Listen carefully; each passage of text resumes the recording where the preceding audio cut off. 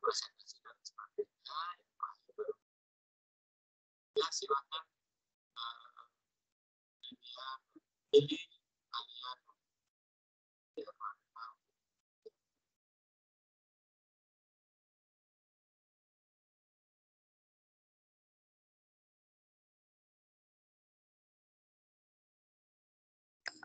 Baik, selamat pagi.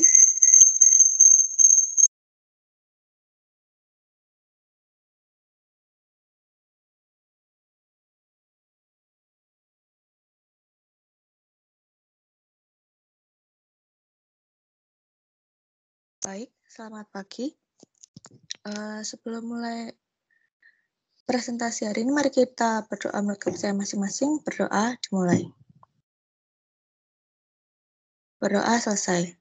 Sebelumnya mohon maaf saya tidak bisa on cam karena terkendala. Oke, hari ini kami akan melakukan presentasi dengan judul Cakupan dan Tujuan Etika Bisnis. Perkenalkan, nama saya Melina Amanda dan teman saya Maria Claretta dan Talia Indah Nugroho. Next. Hari ini kita akan membahas tentang pengertian etika bisnis, moralitas, cakupan etika bisnis, teori etika bisnis, tujuan etika bisnis, manfaat etika bisnis, prinsip etika bisnis, dan studi kasus. Next.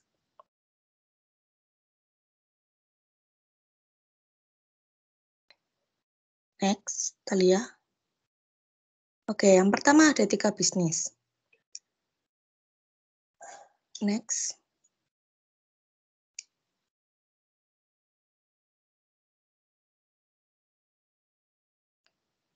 Oke. Etika secara etimologi berasal dari bahasa Yunani yaitu ethos dan etikos. Ethos sendiri memiliki arti sifat, watak, adat atau kebiasaan, sedangkan etikos berarti susila, keadaban, kelakuan, dan perbuatan baik.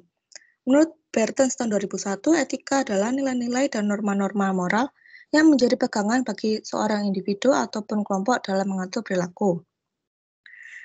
Dalam kata lain, etika ini merupakan kumpulan asas atau nilai yang berhubungan dengan akhlak. Sedangkan menurut Aristoteles, etika dapat diartikan menjadi dua pengertian, yaitu terminus technicus dan manner contum. Terminus technicus ini sendiri merupakan etika yang dipelajari sebagai ilmu pengetahuan tentang isu-isu tindakan manusia, sedangkan manner dan contum adalah etika tentang tata cara dan adat kebiasaan yang tertanam dalam diri manusia. Dapat disimpulkan bahwa etika adalah nilai dan ilmu yang mempelajari baik dan buruknya perbuatan manusia, isu-isu tindakan manusia, serta tata cara perilaku dan adat kebiasaan yang melekat dalam diri manusia. Next. Selanjutnya ada etika bisnis. Menurut Sumarni dan Supriharto tahun 2010, etika bisnis adalah penilaian terhadap kegiatan dan perilaku bisnis yang mengacu pada kebenaran dan kejujuran dalam berbisnis. Sedangkan menurut Velasquez tahun 2005, etika bisnis adalah studi standar formal dan bagaimana standar tersebut diterapkan dalam sistem dan organisasi masyarakat modern untuk memproduksi serta mendistribusikan barang dan jasa yang juga diterapkan kepada orang-orang yang berada di dalam organisasi. Jadi dapat disimpulkan bahwa etika bisnis ini merupakan studi yang mempelajari situasi bisnis, keputusan yang benar dan salah, tanggung jawab, serta penerapan standar yang untuk sistem dan organisasi sehingga orang-orang yang berada dalam organisasi juga menerapkan standar tersebut. Next. Selanjutnya ada etika profesi. Menurut Lubis tahun 1994, etika profesi adalah sikap hidup yang berupa kesediaan dalam memberikan pelayanan profesional terhadap masyarakat dengan keterlibatan dan keahlian dalam melaksanakan tugas. Sedangkan menurut Undang-Undang Republik Indonesia Nomor 8 Tahun 1974 tentang pokok-pokok kepegawaian menyatakan bahwa etika profesi adalah pedoman, sikap, perilaku, dan perbuatan dalam melaksanakan tugas pada kehidupan sehari-hari. Next.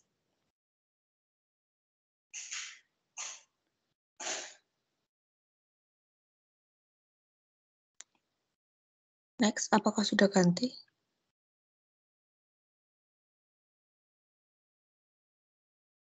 Sudah ganti harusnya, Mil. Oke.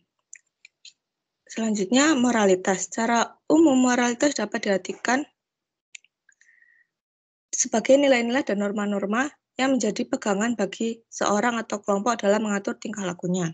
Menurut Wata tahun 2005, pedoman yang dimiliki oleh masing-masing individu ini mengenai apa yang benar dan salah atau yang baik dan jahat. Pedoman moral ini mencakup norma-norma yang dimiliki individu tentang jenis-jenis tindakan yang diyakini benar atau salah secara moral dan nilai-nilai yang diterapkan pada objek-objek yang diyakini secara moral baik atau buruk. Moral ini memiliki standar yang berguna untuk membedakan mana yang moral dan mana yang bukan moral. Standar moral ini berkaitan dengan persoalan yang dianggap akan benar-benar menguntungkan atau merugikan manusia, dan standar ini didasarkan pada pertimbangan netral dan diasosiasikan dengan emosi dan kosakata tertentu. Jadi dalam suatu organisasi sangat diperlukan standar moral yang diterapkan sebagai pedoman. Next. Selanjutnya ada cakupan etika bisnis. Terdapat 4 macam kegiatan yang dapat dikategorikan sebagai cakupan etika bisnis. Yaitu yang pertama, penerapan prinsip-prinsip etika umum pada praktik khusus dalam etika bisnis. Kedua, etika bisnis tidak hanya menyangkut penerapan prinsip etika pada kegiatan bisnis, tetapi merupakan meta-etika yang menyoroti apakah perilaku yang dinilai atau tidak secara individu dapat diterapkan pada organisasi maupun perusahaan bisnis. Yang ketiga, etika bisnis juga menyangkut bidang yang biasanya sudah lebih dari etika seperti ekonomi dan teori. Dan yang terakhir, bidang penelaah etika bisnis yang menyangkut asumsi mengenai bisnis. Dalam hal ini, etika bisnis juga menyoroti moralitas sistem ekonomi pada umumnya dan sistem ekonomi suatu negara pada khususnya. Jadi etika bisnis ini dapat membantu para perilaku bisnis untuk melakukan pendekatan permasalahan moral secara tepat dan sebaliknya mendekati permasalahan yang terjadi pada bisnis dengan pendekatan moral yang mungkin sering diabaikan. Next.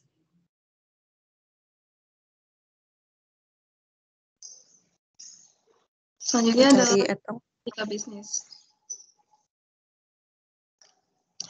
Terdapat 4 teori etika bisnis yang dikemukakan oleh Sudarmanto et al. Tahun 2020.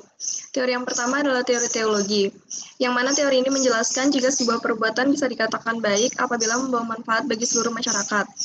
Yang kedua adalah teori deontologi. Teori ini menjelaskan jika suatu tindakan adalah benar bukan karena menguntungkan diri sendiri atau orang lain, tetapi karena sifat dasar atau aturan yang melatar belakanginya. Yang ketiga adalah teori hak asasi. Teori ini merupakan pendekatan yang banyak digunakan untuk mengevaluasi baik buruknya perbuatan atau perilaku seseorang atau sekelompok orang. Dan yang terakhir adalah teori keutamaan. Teori ini berfokus terhadap manusia sebagai pelaku moral. Teori ini memandang cara orang bersikap seperti baik atau tidak, ramah atau tidak, jujur atau tidak, dan lain sebagainya. Selanjutnya adalah tujuan etika bisnis. Tujuan etika bisnis dibedakan menjadi 4 berdasarkan tingkatannya. Yang pertama adalah tujuan etika bisnis dalam tingkat personal. Pada tingkat ini, etika bisnis diterapkan dalam diri setiap orang agar tidak menyalahgunakan properti orang lain.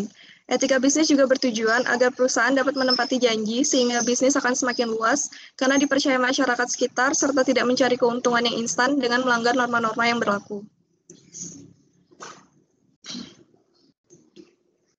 Yang kedua adalah tujuan etika bisnis dalam tingkat internal organisasi.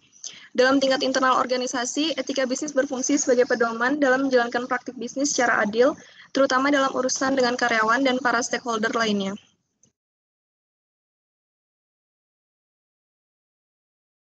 Selanjutnya adalah tujuan etika bisnis dalam tingkat sosial. Etika bisnis dalam tingkat sosial membantu perusahaan atau organisasi untuk memiliki tingkat kepedulian sosial yang tinggi, karena hal ini seringkali menjadi perhatian utama bagi organisasi bisnis. Yang terakhir adalah tujuan etika bisnis dalam tingkat stakeholder. Etika bisnis dalam tingkat stakeholder bertujuan untuk menjaga hubungan perusahaan maupun individu dengan para pemangku kepentingan, seperti pemasok barang, pemegang saham, pelanggan, karyawan, bank, lembaga keuangan, pemerintah, dan semua pihak lain yang berrelasi dengan organisasi atau perusahaan masing-masing. Selanjutnya adalah manfaat etika bisnis. Terdapat 5 manfaat dalam menerapkan etika bisnis. Yang pertama adalah perusahaan dapat meningkatkan kredibilitas perusahaan. Yang kedua, perusahaan dapat membangun citra positif perusahaan. Yang ketiga, perusahaan dapat meningkatkan daya saing perusahaan karena reputasi perusahaan yang baik. Yang keempat, perusahaan dapat menghilangkan gray area pada bidang etika karena perusahaan memiliki batasan-batasan dalam menjalankan bisnisnya. Dan yang terakhir, perusahaan dapat mempertanggungjawabkan tindakannya sehingga terhindar dari konflik sosial yang merugikan.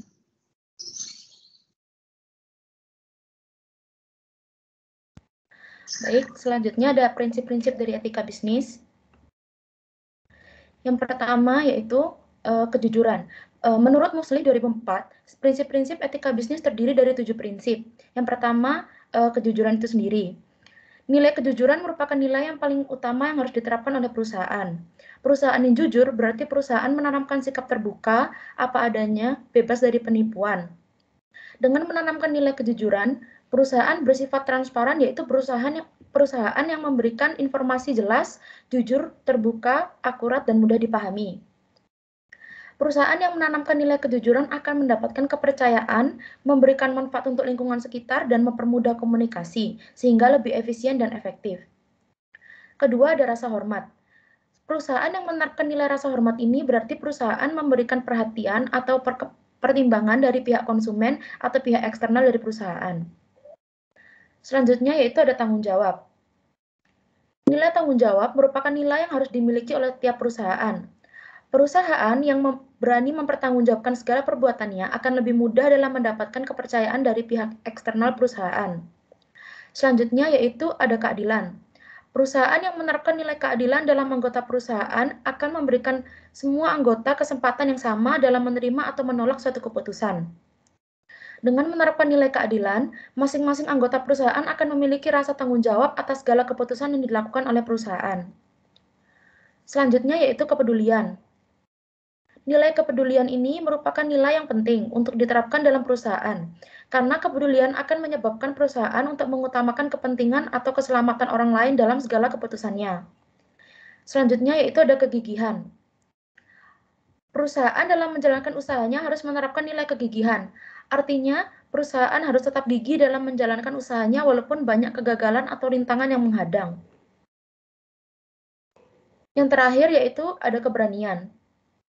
Nilai keberanian diterapkan oleh perusahaan dengan cara masing-masing individu memahami pentingnya masing-masing nilai dan masing-masing memiliki keberanian dan prinsip untuk menjalani atau menerapkan segala nilai yang ada. Kemudian ada studi kasus.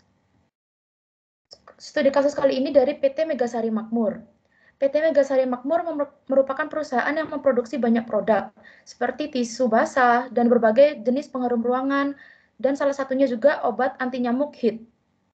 Obat anti nyamuk ini merupakan obat anti nyamuk yang murah dan ampuh dalam membunuh nyamuk. Akan tetapi, obat anti nyamuk HIT yang diproduksi perusahaan dinyatakan ditarik dari peredaran karena penggunaan zat aktif propoxur dan diklorofos yang dapat mengakibatkan gangguan kesehatan terhadap manusia.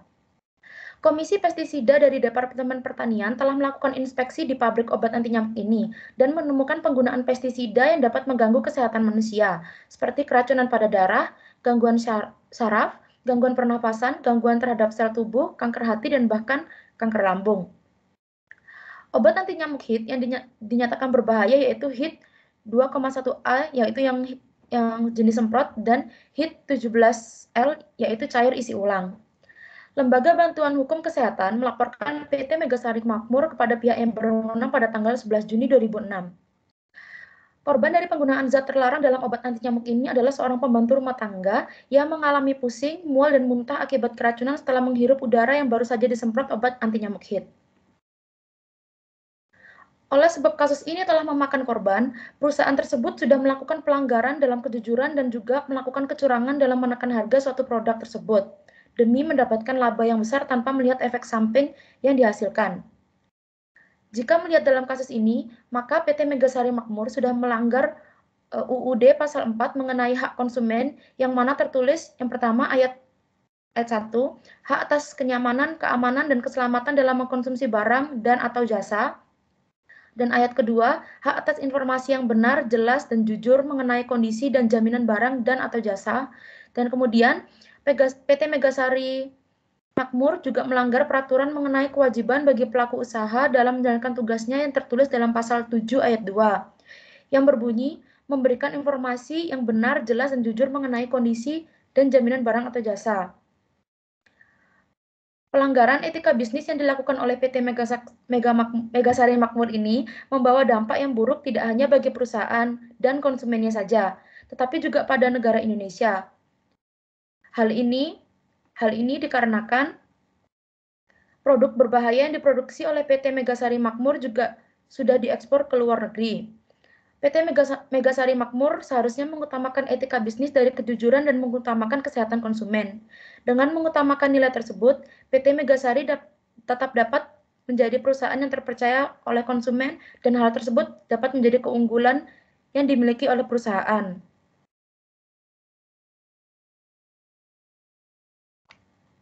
Sekian dari kami. Apakah ada pertanyaan?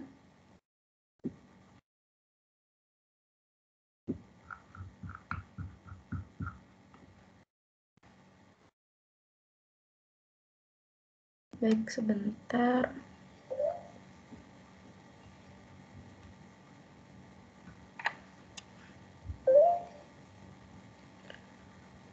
Baik, hari ini kami akan membuka 3 sesi pertanyaan. Masing-masing sesi ada 3 penanya. Baik. Yang pertama,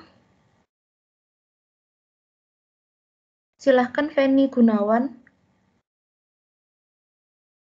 Baik, terima kasih Kak atas kesempatan yang diberikan. Perkenalkan, saya Feni Gunawan, NIM 1219-112. Saya ingin bertanya, bagaimana hubungan antara etika bisnis dan budaya perusahaan? Terima kasih.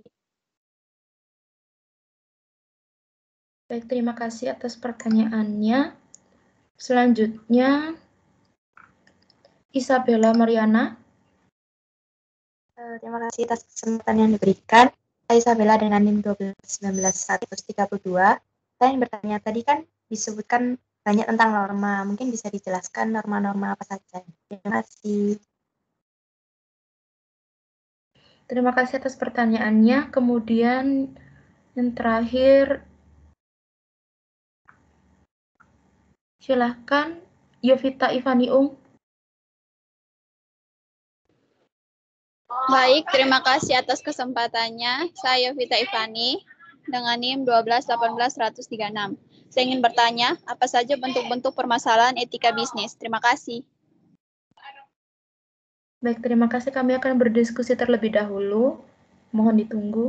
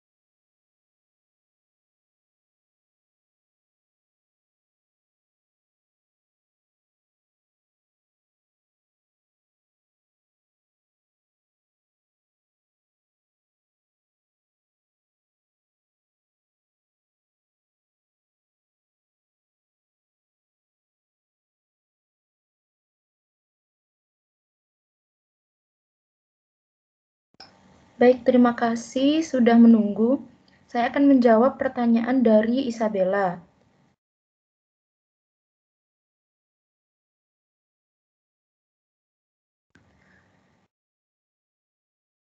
Jadi norma-norma itu ada 3 norma umum. Jadi norma itu sendiri kan memberi pedoman tentang bagaimana kita harus hidup dan bertindak secara baik dan tepat, sekaligus menjadi dasar bagi penilaian mengenai baik buruknya perilaku atau tindakan kita. Macam-macam norma sendiri itu ada 3. Yang pertama ada norma khusus, norma umum, dan norma moral. Untuk norma khusus sendiri itu aturan yang berlaku dalam bidang kegiatan atau kehidupan yang khusus, misalnya seperti aturan pendidikan dan lain-lain. Kalau norma umum itu lebih bersifat umum dan sampai pada tingkat tertentu boleh dikatakan universal. Misalkan seperti norma sopan santun, norma hukum, seperti itu. Kemudian yang terakhir ada norma moral. Jadi norma moral ini menyangkut aturan tentang baik buruknya, adil atau tidaknya tindakan serta dilihat dari perilaku manusia itu. Apakah menjawab ya Isabella? Sudah menjawab, Kak. Terima kasih. Sama-sama. Baik, saya akan menjawab pertanyaan dari Feni tentang hubungan antara etika bisnis dan budaya perusahaan.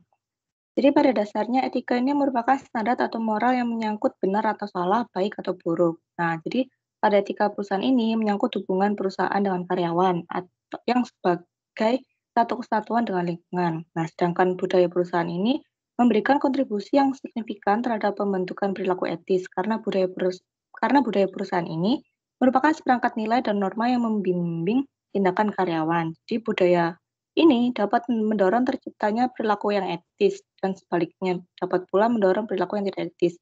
Sehingga sangat perlu bagi perusahaan untuk memberikan perhatian yang serius pada etika perusahaan dan memberikan citra bahwa manajemen mendukung perilaku etis dalam suatu perusahaan. Apakah sudah menjawab, Penny? Sudah, Kak. Terima kasih. Terima kasih. Baik, selanjutnya saya akan menjawab pertanyaan dari Yovita Ivani. Apa saja bentuk-bentuk permasalahan etika bisnis? Bentuk permasalahan yang pertama terjadi ketika keputusan bisnis sering dilakukan dengan mengesampingkan norma-norma dan aturan yang berlaku. Contohnya seperti suap, penipuan bisnis, dan tindakan pemaksaan kepada klien. Bentuk yang kedua bisa permasalahan seperti keputusan bisnis yang dibuat secara sepihak tanpa memperhatikan ketentuan etik yang disahkan oleh lembaga yang berkompeten termasuk peraturan negara. Contohnya seperti perusahaan melakukan tindakan PHK kepada pegawai namun perusahaan sama sekali tidak memberikan pesangon. Apakah sudah menjawab, Saudari Yovita? Baik, terima kasih. Terima kasih. Baik, saya akan membuka sesi selanjutnya. Silakan Jessica Katlea. Halo, terima kasih atas kesempatannya. Saya Jessica dengan NIM 12191115. Saya mau bertanya tentang apa yang harus dilakukan oleh perusahaan dalam mendidik etika karyawannya.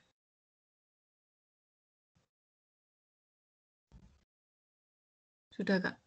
Baik, terima kasih atas pertanyaannya. Selanjutnya, silakan Yemima.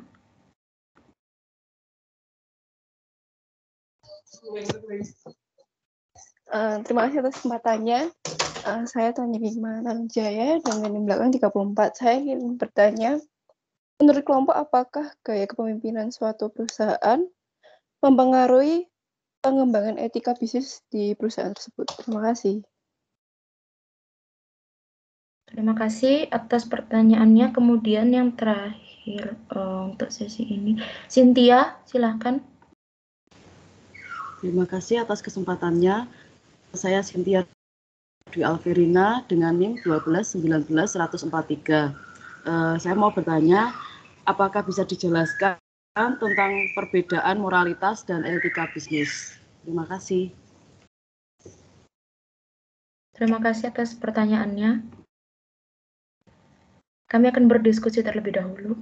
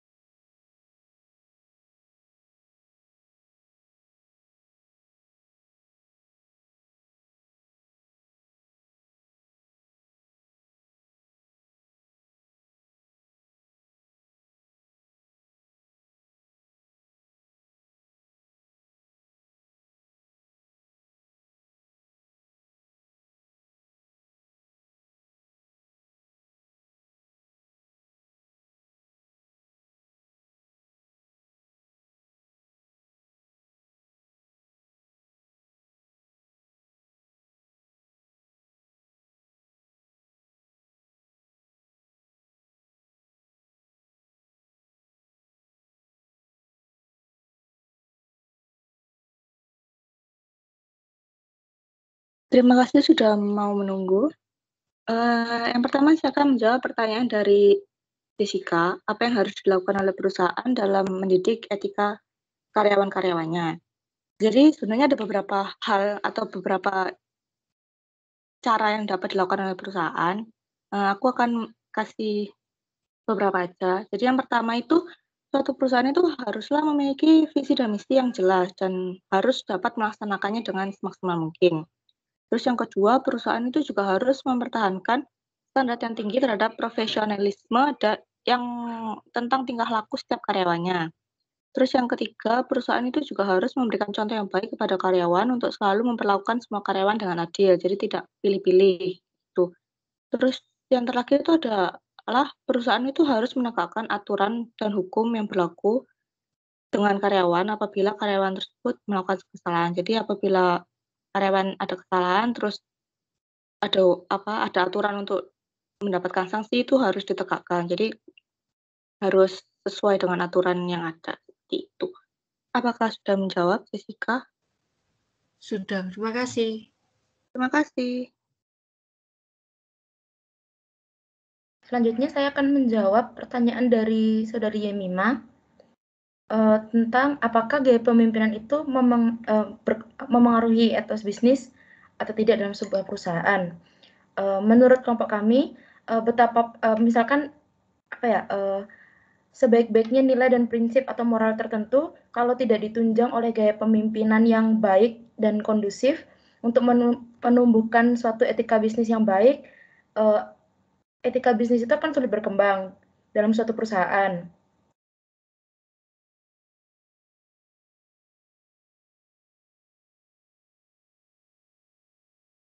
Karena gaya kepemimpinan itu semacam orang yang sangat mempengaruhi bagaimana mengatur dan mempengaruhi bagaimana kerjanya suatu perusahaan itu.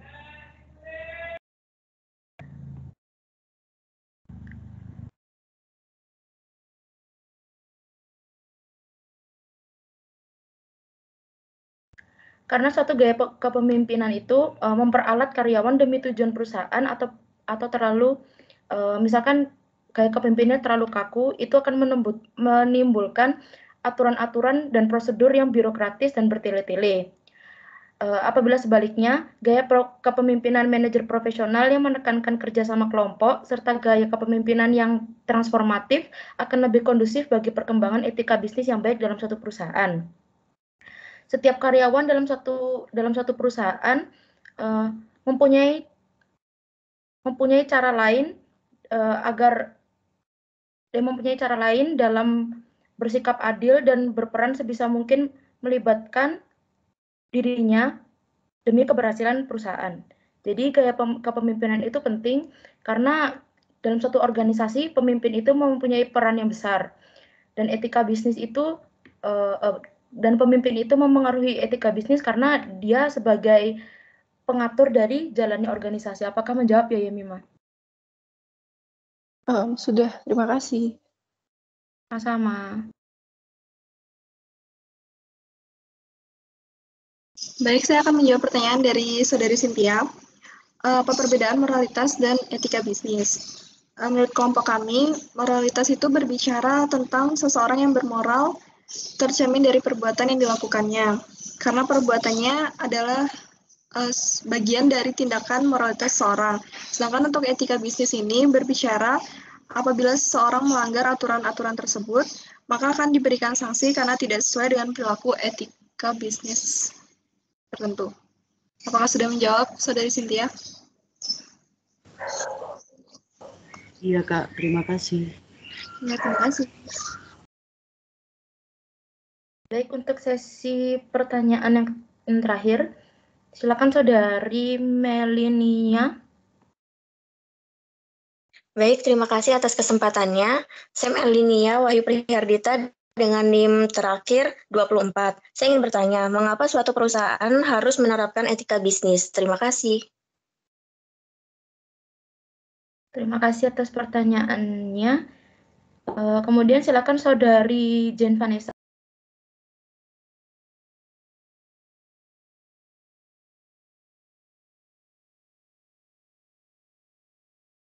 Saudari Jane.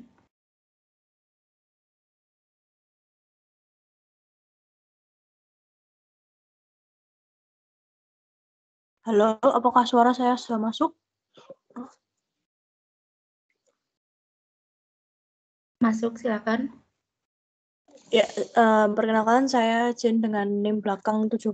Saya mau bertanya, dalam etika bisnis apa saja hak yang didapatkan oleh pegawai di perusahaan ya? Sekian dari saya. Baik, terima kasih atas pertanyaannya. Kemudian yang terakhir silakan Monica Angelina Samara. Baik, terima kasih kesempatannya. Saya Monica Angelina, angkatan 18, NIM belakang 26. Saya mau bertanya, apa contoh dari tujuan etika bisnis dalam tingkat sosial? Terima kasih. Terima kasih atas pertanyaannya. Kami berdiskusi terlebih dahulu.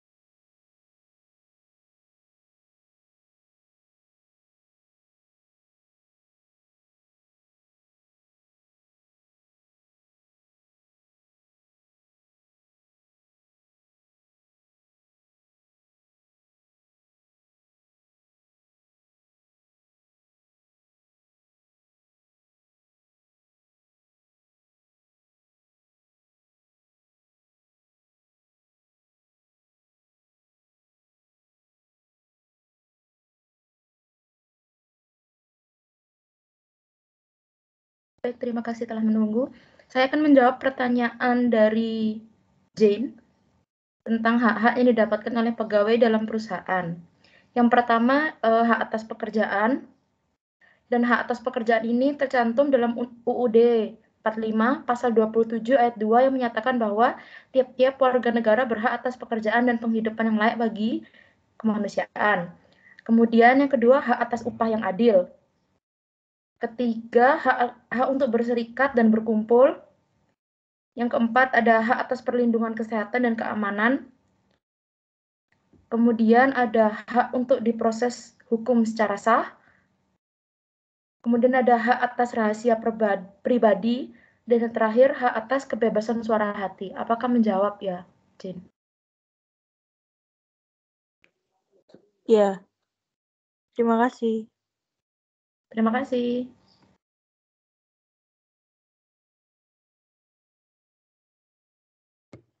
Ya, baik. Selanjutnya saya akan menjawab pertanyaan dari Angel tentang contoh-contoh tujuan etika bisnis dalam tingkat sosial. Jadi itu ada yang pertama menjaga lingkungan agar tetap bersih, tidak membuang limbah di sungai, terus berhati-hati dan tidak berlebihan dalam menggunakan sumber alam yang langka dan memastikan kualitas hidup yang lebih baik bagi masyarakat dan orang-orang yang penting yang terlibat. Apakah sudah menjawab, Angel?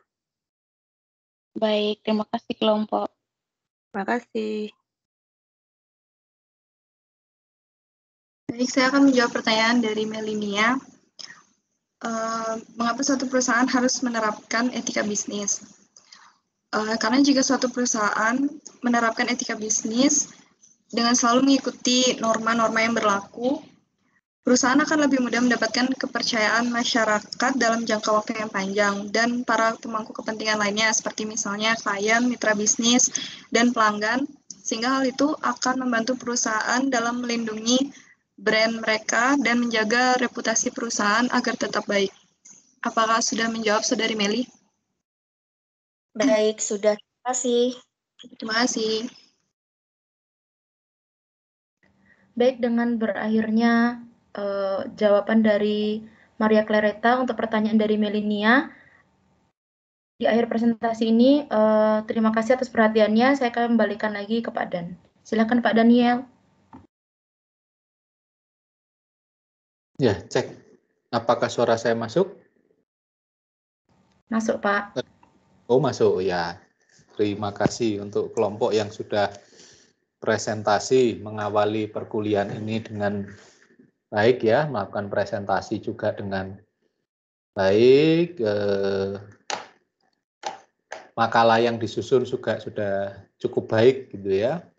Tidak kehilangan sentuhan karena kita tidak kemudian berkuliah selama apa ya kita ya 2 bulanan ya nggak ketemu, tapi sudah disajikan dengan cukup baik itu untuk makalah maupun untuk perkuliahannya. Jadi dari makalahnya, terus kemudian dari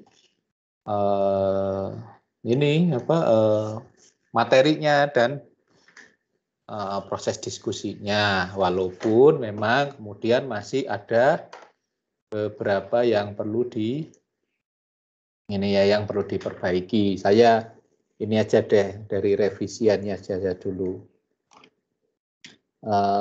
Nanti apa yang perlu diperbaiki dari ini ya, dari makalahnya. Jadi yang pertama itu tentu saja keyword. Keywords itu kan pakai S ya, jadi di terjemahannya harusnya menggunakan kata-kata kunci, tidak kemudian kata kunci. Kalau kata kunci berarti cuma 1, padahal kita ada beberapa, ini ada 3 ya. Ya memang minimal 3 sih, tidak kemudian ya 3 maksimal 6. Kalau lebih dari 6 itu bukan kata-kata kunci, nanti thesaurus itu ya. Oke. Masuk yang lain selanjutnya itu saja di isinya di badan makalahnya memang kemudian ada beberapa yang masih harus diperbaiki ya, khususnya ada beberapa yang pernyataan tidak ada referensinya. Jadi di awal itu etika sebagai etimologis gitu ya. Terus kemudian ada etos, etikos, dan sebagainya, bla bla bla. Itu mestinya kan sudah harus diawali dengan referensi karena ini berkaitan dengan statement yang ya dari mana ini asalnya. Kalau enggak kan orang akan kemudian bertanya-tanya, jangan-jangan kemudian melakukan pendefinisiannya ini tidak tapi dari mana ini asalnya, walaupun di bawahnya kemudian menurut Bartens dan sebagainya itu dijelaskan, tapi itu kan sudah pendefinisian dari etika. Tetapi yang di awal itu kan bahasa asing gitu ya, jadi harus kemudian dari mana referensinya. Yang lain lagi kemudian ada cuma 1 sih, tapi perlu juga ada diperhatian. Kan saya sering gitu ya menyampaikan bahwa KPTS kalau mendapat awalan apalagi kemudian mendapat akhiran I, jadi kata dasar yang KPTS itu harusnya luruh. Jadi di sini produksi itu kan harusnya memproduksi, bukan memproduksi. Jadi P-nya itu luruh. Jadi menjadi memproduksi. Sama seperti memengaruhi, bukan mempengaruhi. Ya, kalau untuk P. Untuk K tentu saja ada beberapa yang harus diperhatikan. Itu sih tapi cuma satu, yang lainnya aman sih. Terus kemudian memang ada beberapa seperti referensi juga nggak perlu ditulis lengkap gitu ya. Richard D. George, yang ngapain langsung aja The George gitu ya, lebih kepada kata ininya, kata nama surname-nya gitu ya. Tentu saja kalau di kita itu yang seperti Maria Claretta itu kan depan panjangnya, ternyata yang disajikan kalau di referensi itu cuma lorennya saja. Ya, atau Nugroho dan Santoso gitu ya. Untuk Thalia dan Mili. Ya, whatever tadi walaupun belakangnya namanya kayaknya kok nama cowok ya. Ya karena itu nama bapaknya, ya tetap itu referensi tertulis begitu. Harus ditulis. Yang lain lagi, kemudian di atas itu sudah benar gitu, mengawalinya dengan teleologi. Tapi kenapa di bawahnya penjelasannya juga seperti yang disampaikan presentasi oleh Maria Claretta tadi, oleh Claretta itu kok teologis ya? Harusnya tetap benar ini. Saya pikir waktu saya melihat presentasinya, oh jangan-jangan salah dari awal. Oh ternyata tidak. Di sini ditulisnya betul. Menurut Sudarmanto et al. Tahun 2020, wah referensi terbaru ya. Ada kategori menjadi 4 kategori. Ada teleologi. Nah ini kemudian ditulisnya di bawahnya kok kata teologis loh.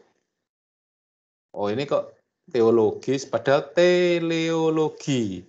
Jadi memang kemudian kita lebih sering mendengar oh teologisnya ya, teologi atau teologis, tapi sebenarnya teleologi ya kalau untuk etika bisnis. Berbeda dengan teologis. Kalau teologis tentu saja itu urusannya dengan ilmu tentang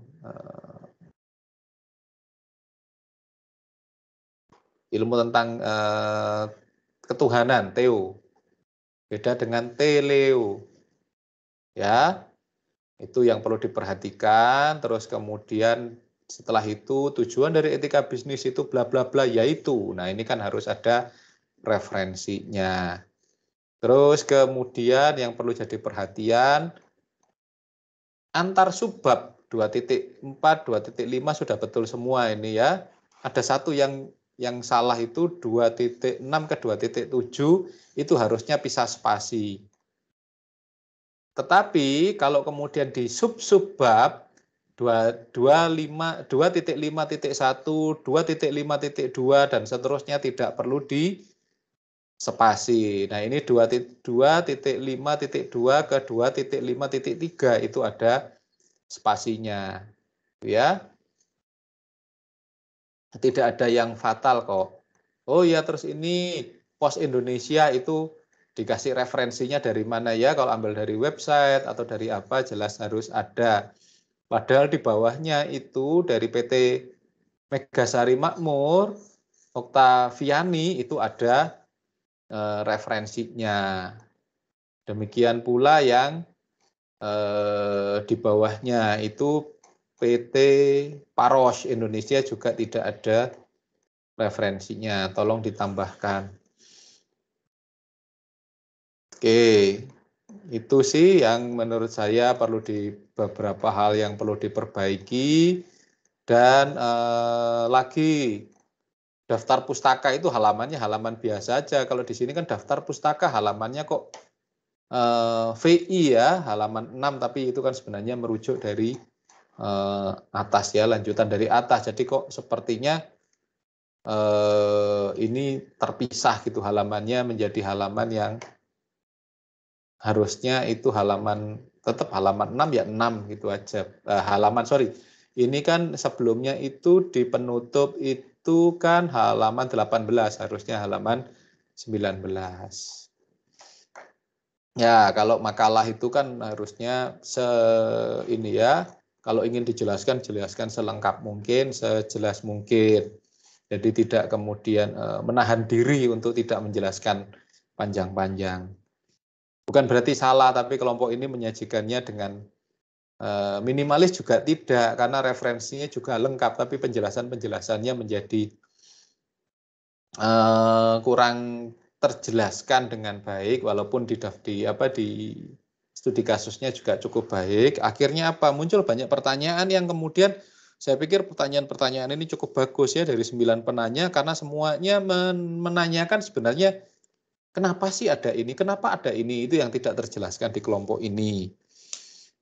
Tidak perlu saya urutkan semuanya, ada beberapa yang kemudian saya jadikan contoh. Katakanlah sejak dari awal itu Feni menjelaskan apa sih hubungannya, menanyakan mengenai etis dan budaya perusahaan. Nah ini kan tadi sudah dijelaskan dengan betul sih oleh penyaji, tapi bahwa kemudian sepertinya memang penting harus dijelaskan apa sih relasinya, karena cakupannya tentu saja antara etika bisnis dan budaya organisasi, budaya perusahaan atau budaya organisasi itu kan berkait erat. Kalau memang kemudian katakanlah budayanya itu adalah perusahaan itu atau organisasi atau entitas itu memang kemudian sangat memperhatikan hal-hal yang terkait dengan etikanya yang sudah dijelaskan oleh kelompok ini bagaimana etika, yaitu sudah terjelaskan dengan baik, tapi kemudian bagaimana relasinya, jangan-jangan nggak nyambung, bahwa kemudian perusahaan yang sangat memperhatikan masalah-masalah etis, masalah-masalah etika, pasti kemudian etika bisnisnya akan terterapkan dengan baik. Seperti kemudian apa? Di contoh kasus sudah sebenarnya ada dijelaskan oleh kelompok ini bagaimana GCG di PT POS. Nah, itu yang perlu penjelasan lebih di teori perlu dijelaskan, tidak kemudian di studi kasus terjelaskan dengan baik, tapi di teorinya tidak kemudian terjelaskan dengan cukup baik. Nah, rata-rata kalau kayak begitu, kecuali ada beberapa yang nanyakan kemudian norma dalam etika bisnis itu kan sudah ada ya oleh kelompok ini dijelaskan ada norma khusus, norma umum, norma khusus, dan norma yang lain ya, norma moral. Kemudian itu bisa dijelaskan. Nah ini Yovita atau Ivani itu memang kemudian merujuk pada studi kasus. Sebenarnya permasalahan-permasalahan etika bisnis itu apa sih? Ya itu sebenarnya juga kaitannya erat dengan apa yang ditanyakan oleh Feni. Permasalahannya apa? Ya kemudian permasalahannya bahwa kemudian karena apa? Karena banyak perusahaan yang kemudian secara budaya memang kemudian tidak terlalu memperhatikan, tidak taat dengan, katakanlah, tidak ketat dengan etika,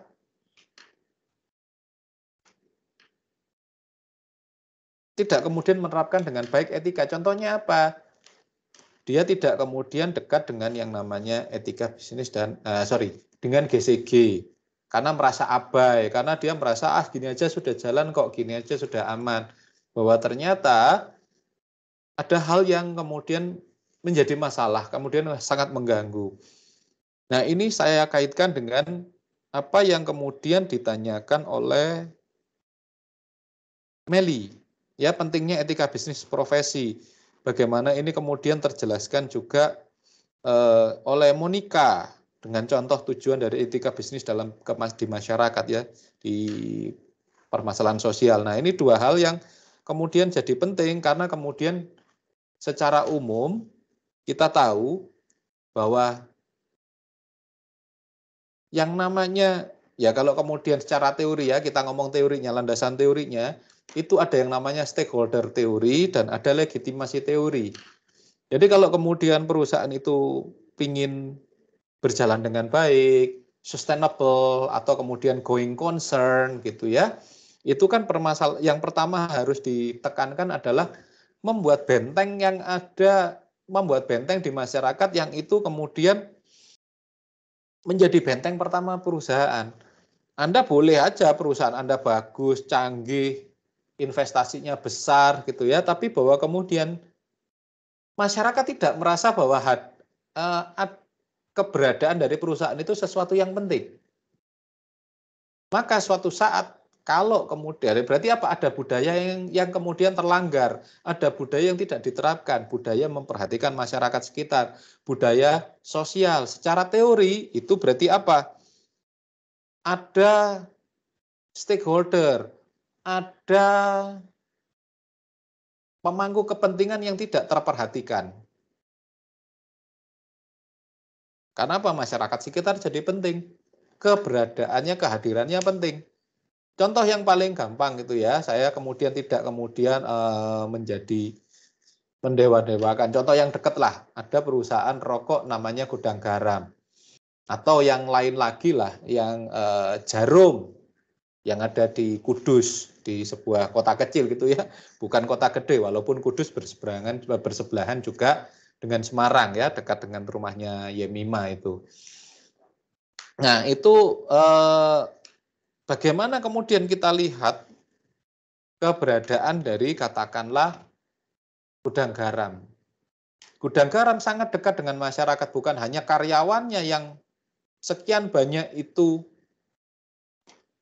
bekerja di sana, tapi bagaimana kemudian Gudang Garam itu bisa memberi peran arti banyak ke masyarakat, membangun jembatan, membangun rumah sakit, yang kemudian yang saya tahu itu bahwa kemudian Gudang Garam untuk keluarga, untuk karyawan dan keluarga karyawan yang sakit itu bisa berobat ke rumah sakit itu dengan gratis gitu ya. Jadi ada kemudian kemanfaatan yang dirasakan, bagaimana kemudian Gudang Garam memberi banyak, bukan hanya membangun jembatan, membangun sekolah, kemudian menyumbang rumah ibadah dan sebagainya, dan itu yang kemudian menjadikan Gudang Garam itu sangat disayang gitu oleh pemerintah Kediri karena PAD-nya, pemerintah Kota Kediri, bahkan ke Kecamatan Kediri, dan bahkan oleh karyawannya gitu ya. Nah, contoh kasus apa? Ini karena kebetulan saya bukan hanya mengikuti, dalam tanda petik saya terimbas gitu ya, karena saat itu ada kerja-kerja yang harus saya lakukan untuk Gudang Garam gitu ya.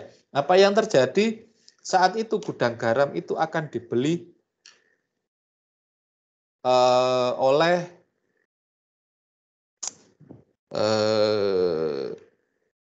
Salim Group, oleh Indofood Group. Ya, bagaimana kemudian akan dibeli, diambil alih perusahaan itu. Apa yang terjadi? Masyarakatnya itu kemudian resah, bukan hanya karyawan, masyarakat resah karena Gudang Garam juga sudah mempersiapkan diri dengan membangun pabrik kertas dan sebagainya di agak pinggir ya, di daerah arah Pare gitu. Apa yang kemudian terjadi? Terjadi gejolak bahwa kemudian di sana tidak demo, tapi karyawannya menyatakan kalau sampai Gudang Garam tutup, maka kami akan bedol desa pindah semua ke sana. Karena apa? Akan dimodernisasi. Gudang Garam itu akan kemudian menjadi mesin dan sebagainya. Jadi yang sekitar 45.000 karyawan itu akan terpinggirkan dan mungkin dengar itu tidak akan lebih dari sepertiga yang akan tetap bekerja, yang lainnya sekitar 60-70% itu akan terpaksa di PHK atau di putus hubungan kerjanya ya, walaupun dengan pesangon yang tinggi dan sebagainya. Tapi bahwa kemudian mereka merasa human touch-nya itu yang kemudian jadi berkurang. Apa yang terjadi? Nah bayangin kalau kemudian ada sekitar 45.000 orang nggak mau bekerja, hengkang semuanya jadi masuk, kan ya percuma gitu. Perusahaan ini jalannya dari mana? Kalau jalan dari nol, mati karyawan, tukang linting mungkin akan berkurang, yang kemudian akan jadi mesin dan sebagainya. Iya, tapi bagaimana bagian pemasaran, bagaimana kemudian mencari bagian packing, itu kan ngelatihnya nggak cepat, nggak mudah, itu 2-3 tahun belum tentu jadi. Padahal ini ada investasi besar yang mau masuk, yang itu berarti ada keterlibatan investasi yang cukup besar. Nah karyawannya hengkang semua. Mau hengkang semua, mengancam mau hengkang. Akhirnya apa ya? Ya kemudian investasi itu tidak jadi karena tidak visible karena apa? Dukungan masyarakat jadi melemah. Nah, itu kaitannya apa dengan yang namanya stakeholder teori, teori pemangku kepentingan dan teori legitimasi. Bagaimana kita membuat legitimasi, membuat keyakinan bahwa masyarakat itu keberadaan perusahaan kita itu baik. Bahwa keberadaan perusahaan kita bermanfaat, berguna. Akhirnya apa ya, keterjaminan jangka panjang perusahaan ini terjamin. Nah, ini yang perlu jadi apa ya? Itu pentingnya di situ etika bisnis. Jadi mereka yang kemudian etis itu kemudian mendapat dukungan dari masyarakat. Penting banget. Permasalahan masyarakat selesai, perusahaan terjamin. Bahkan sekarang Gudang Garam mau membangun bandara gitu, walaupun di bandara ini ada banyak yang dia masuk di 2 kecamatan ya, Kecamatan Banyakan dan satu lagi apa yang di samping itu ya. Itu ada perlawanan memang, ada kemudian ini tidak setuju karena kemudian ya mereka merasa bahwa kemudian rumah mereka, sawah mereka akan hilang pekerjaannya. Tapi apa? Tapi karena karena sebagian besar memang tanah milik sendiri dan kemudian ada pendekatan ke masyarakat, ke Pemda, bahkan ke pemerintah nasional, kemudian kepada provinsi bahwa memang kepentingan besar bahwa di sana harus ada bandara karena mau ke Surabaya kan jauh, ke Malang lebih sulit perjalanannya. Apa yang terjadi? Kan gejolaknya nggak pernah terdengar, nggak kayak kasus gede seperti katakanlah penolakan waktu Jogja itu mau New Yogyakarta International Airport itu sempat ramai, sempat kemudian katakanlah perluasan bandara Malang aja sempat kemudian itu malah padahal milik Angkatan Udara itu sempat juga mengalami ya gonjang-ganjing ramai di Blitar, di Kediri. Apakah kita pernah dengar masalah bandara akan dibangun, investasinya besar, akan menguntungkan, dan banyak orang merasa senang karena apa? Karena transportasi lebih mudah, ekonomi akan jalan dan sebagainya dan sebagainya. Karena bandara itu kan jalan masuknya akan jadi tol dan kemudian kehidupan di sekitarnya jadi bertumbuh. Kok saya sempat kemudian diminta tolong kemudian untuk melakukan advokasi. Tapi bahwa kemudian apa yang saya lihat loh, kok ternyata masyarakat pada umumnya sebagian besar, sangat besar, sebagian besar yang jumlahnya sangat besar itu menerima dengan baik, merasa senang malahan. Karena kawasannya itu memang kawasan yang dalam tanda petik kurang berkembang gitu ya. Ternyata ya saya kemudian mau advokasi ke sana. Nah kalau ini saya ke sana, saya mungkin katakan mengadvokasi satu kelompok masyarakat, satu kampung gitu ya. Ya kemudian saya akan ngelawan 2 kecamatan. Wah ini nggak bagi saya kemudian itu tidak visible, tidak masuk akal gitu. Saya kemudian membela satu kampung berhadapan dengan 2 kecamatan yang mendukung berat sekali. Akhirnya dengan berat hati saya kemudian ya mundur dari advokasi itu, dan betul kemudian saya melihat ke belakang sampai hari ini ya tidak ada masalah, semuanya pembangunan jalan dengan baik, pemerintah daerah kabupaten mendukung, pemerintah provinsi mendukung, nasional juga. Jadi ya bisa berjalan dengan lancar gitu ya. Apalagi di belakangnya ada nama besar Gudang Garam yang kemudian menjadi investor. Kalau itu dibangun oleh pemerintah malah mungkin geger masih, karena mungkin ganti ruginya tidak terlalu memadai dan sebagainya. Kalau ini kan diganti untung. Kemudian mereka yang mendapat ganti rugi itu kan jadi OKB gitu, orang kaya baru yang kemudian bisa membeli tanah dan rumah yang lebih luas di tempat lain bahkan yang lebih subur. Nah ada hal kayak begitu yang kemudian menjadikan perusahaan itu dibentengi oleh masyarakat.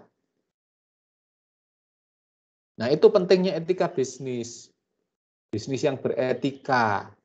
Jadi bisnis with heart, bisnis dengan hati, tidak hanya dengan hitung-hitungan yang berdasarkan bukan hanya otak ya, berdasarkan kalkulator berapa cuan saya, berapa untung saya, berapa laba saya, berapa profit saya.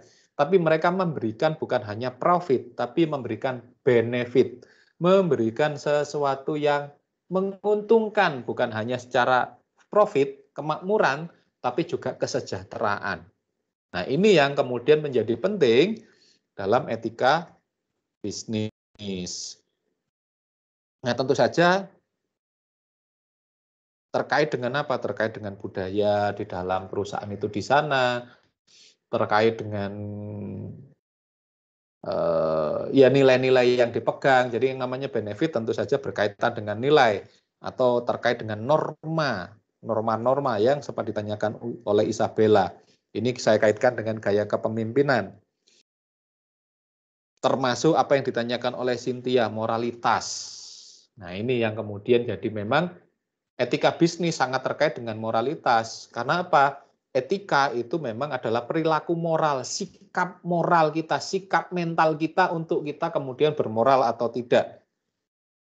Nah, ini tentu saja kaitannya erat. Kalau kemudian kita katakanlah bisnis kita tidak kemudian berkait erat dengan moralitas, tidak berkait erat dengan nilai-nilai yang harus dibangun, maka ya jangan kaget kalau kemudian perusahaan itu tidak didukung oleh masyarakat, bahkan tidak, ya kan kemudian kalau kita tahu stakeholder itu kan atau pemangku kepentingan dalam perusahaan banyak ya, masyarakat luas, tentu saja kemudian karyawannya di dalam sendiri, manajemennya, karena kemudian kalau kita lihat bertingkat ya dalam perusahaan itu ada pemilik atau investor atau pemegang saham, ada manajemen yang kita tahu konfliknya itu adalah agensi, sering mereka berkonflik karena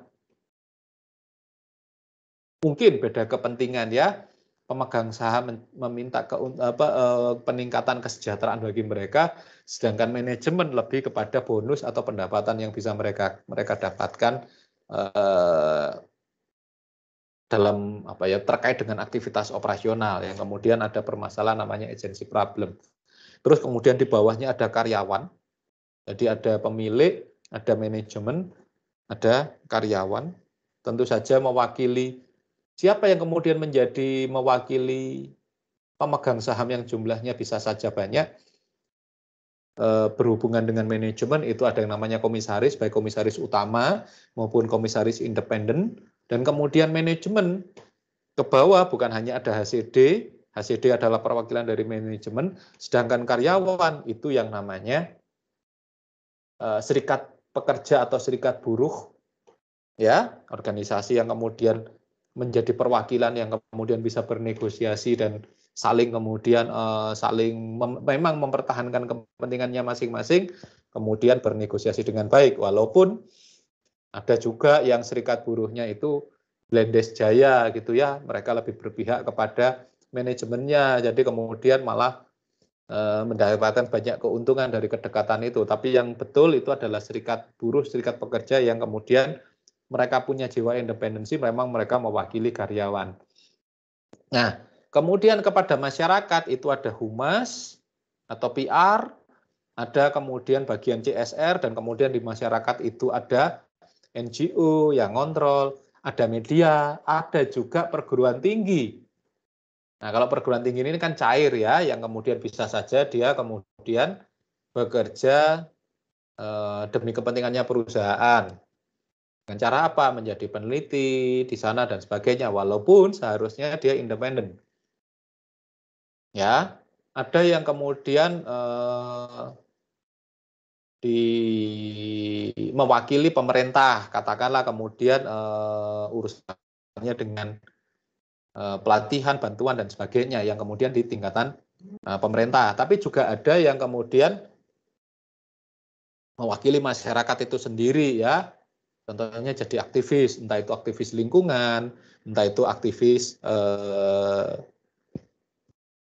buruh dan sebagainya yang berkepentingan melindungi kepentingan masyarakat. Baik itu kemudian ada yang kemudian mereka masyarakat umum, siapa konsumen ya, ada YLKI,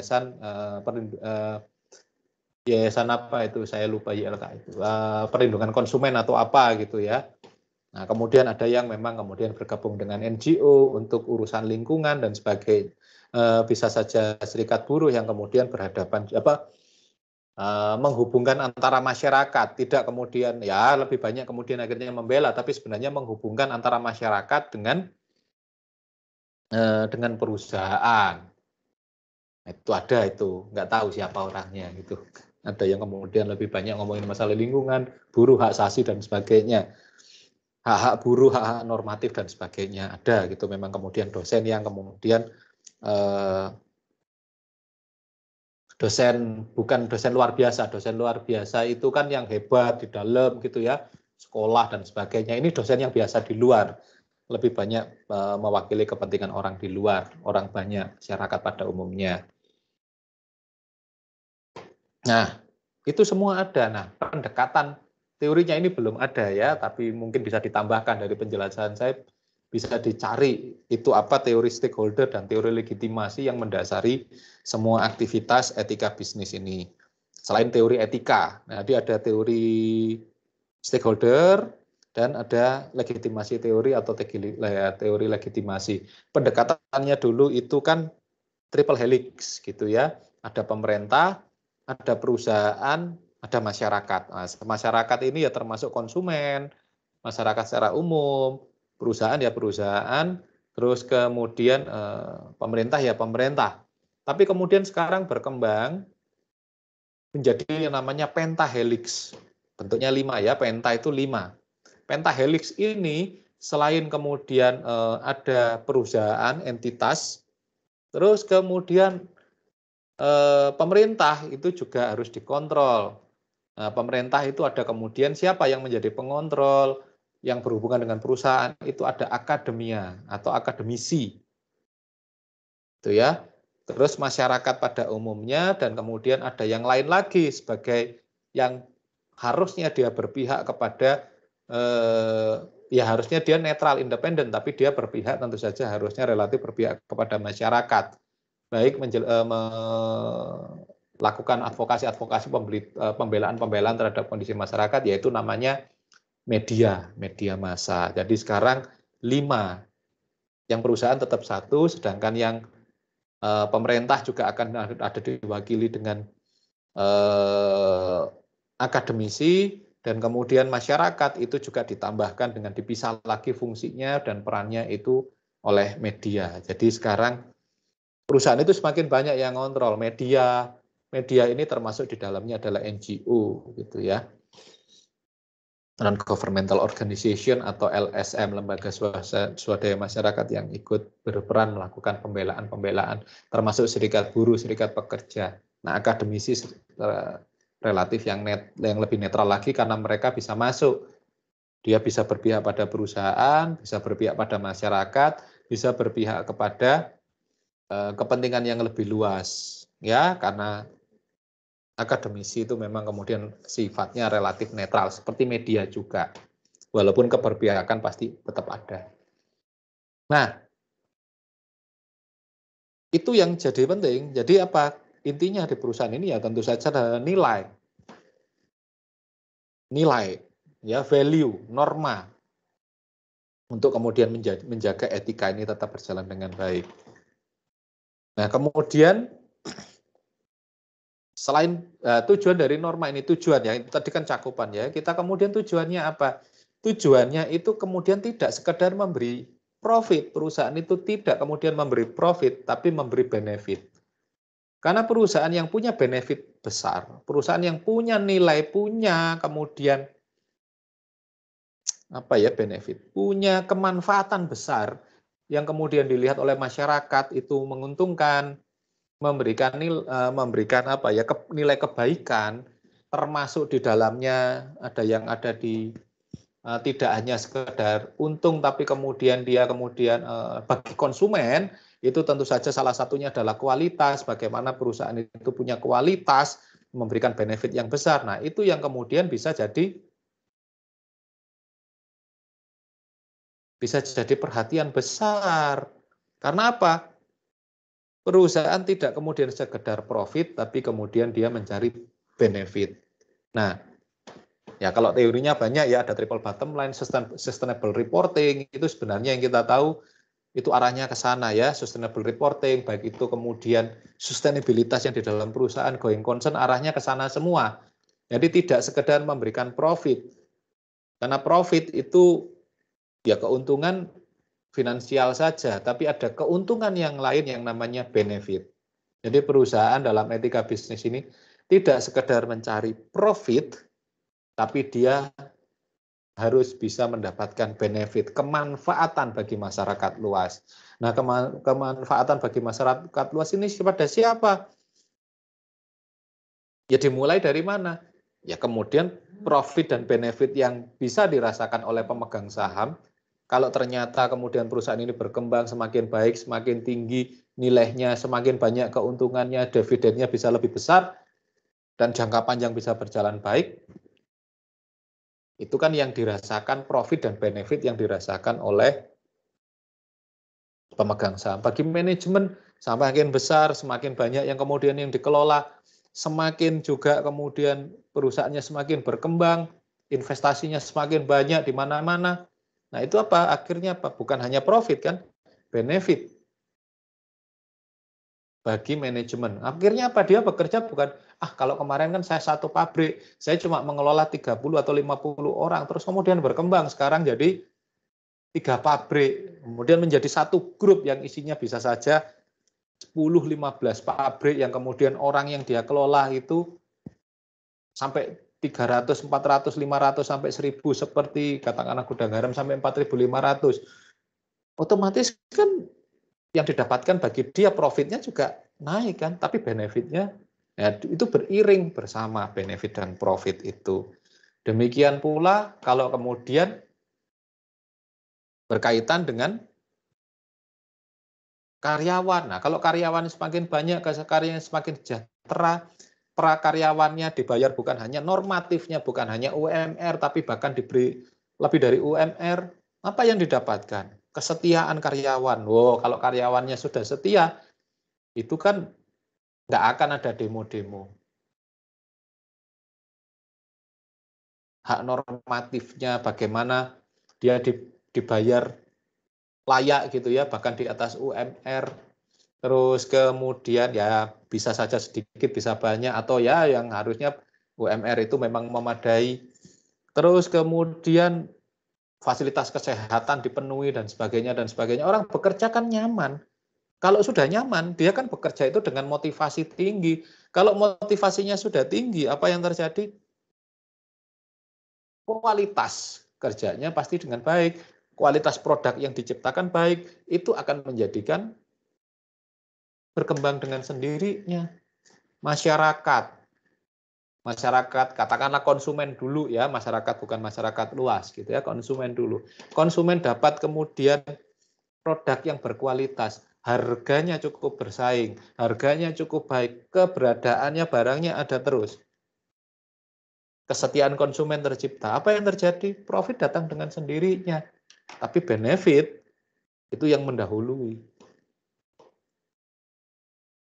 Profit datang dengan sendirinya. Itu dari konsumen. Bagi masyarakat, ya siapa yang kemudian akan demo-demo gitu ya?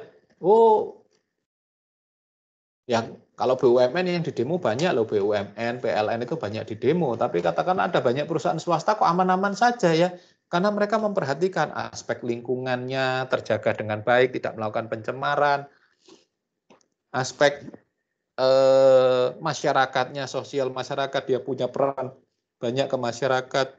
Contohnya apa? Membangun banyak fasilitas dan sebagainya yang itu dipergunakan untuk kesejahteraan masyarakat, sekolah, rumah sakit, rumah ibadah dan sebagainya.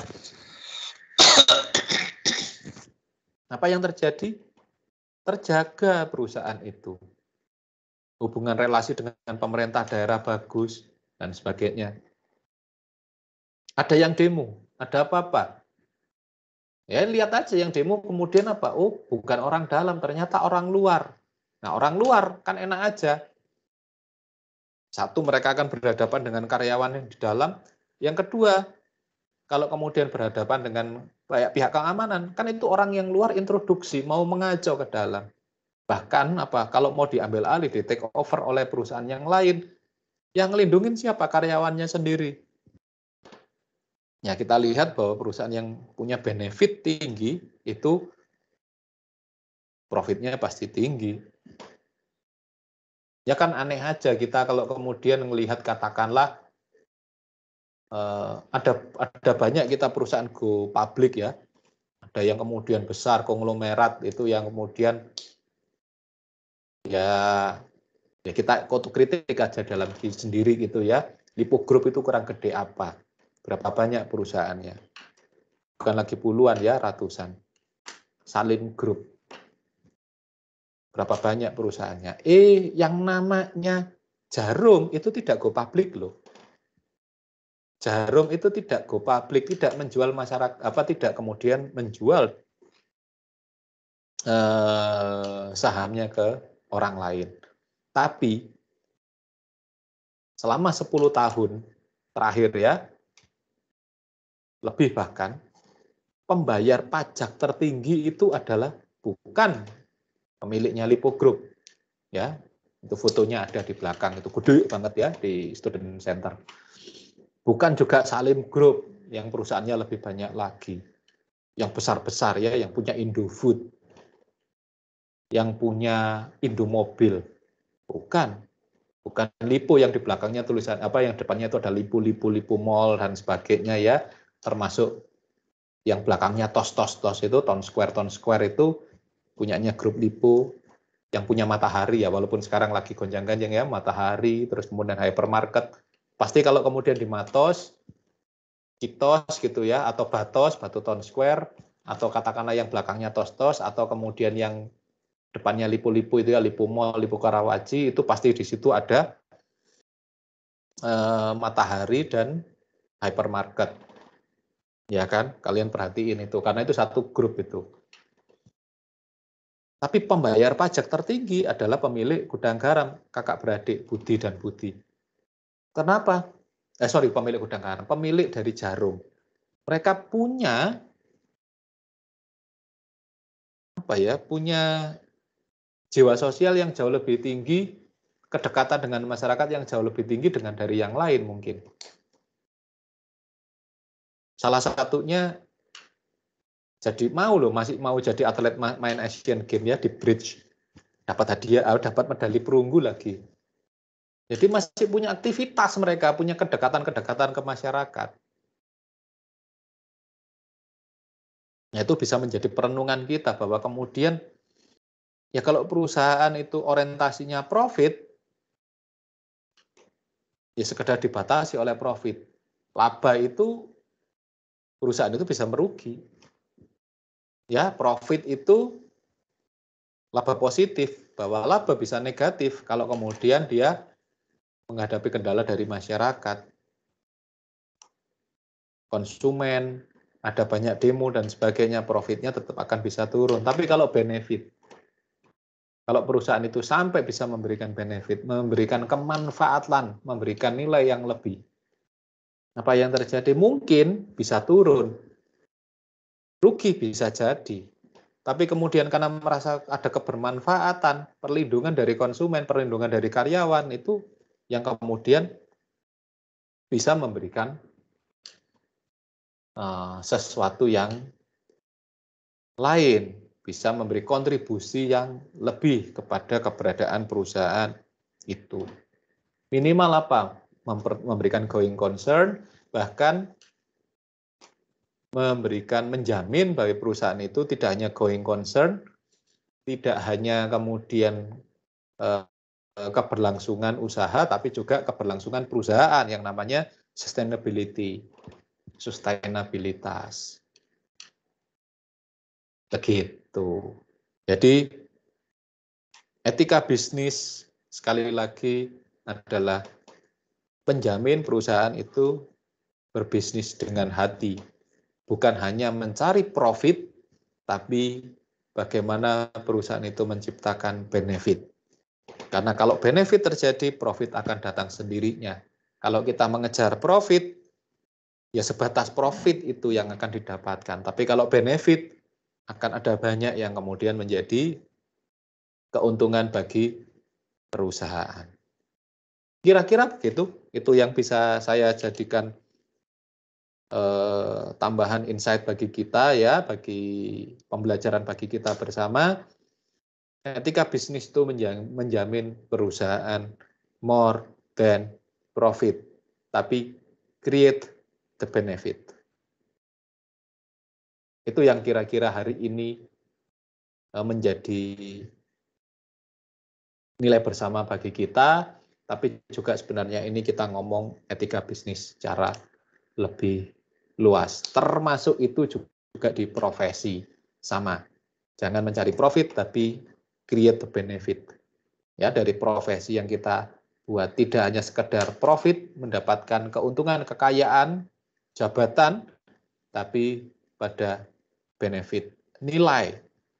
Karena kekayaan itu ya orang, oh ini orang kaya, tapi kalau benefit, oh orang ini berguna, orang ini bermanfaat, orang ini bermoral, itu jauh nilainya lebih pada sekedar profit.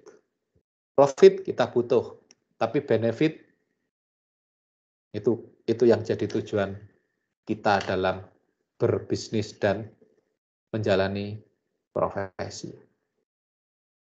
Oke, itu yang bisa saya sampaikan. Mungkin ada yang mau didiskusikan dari kawan-kawan ini yang ada di sini.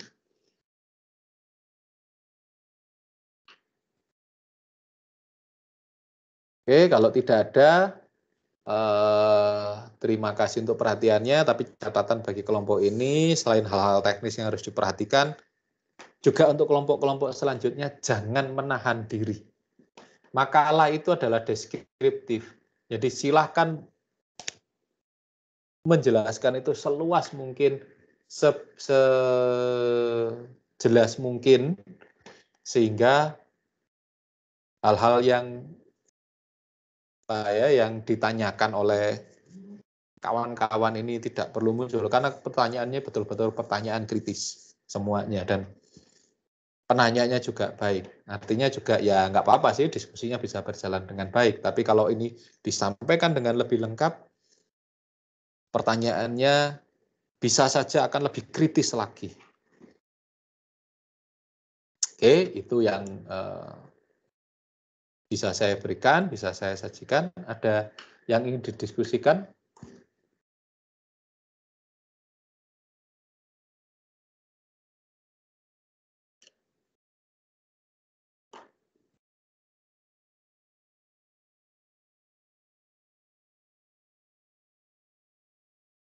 Krik, krik, krik, krik. Kok nggak ada suaranya ya? Saya tanyakan, tidak ada yang didiskusikan.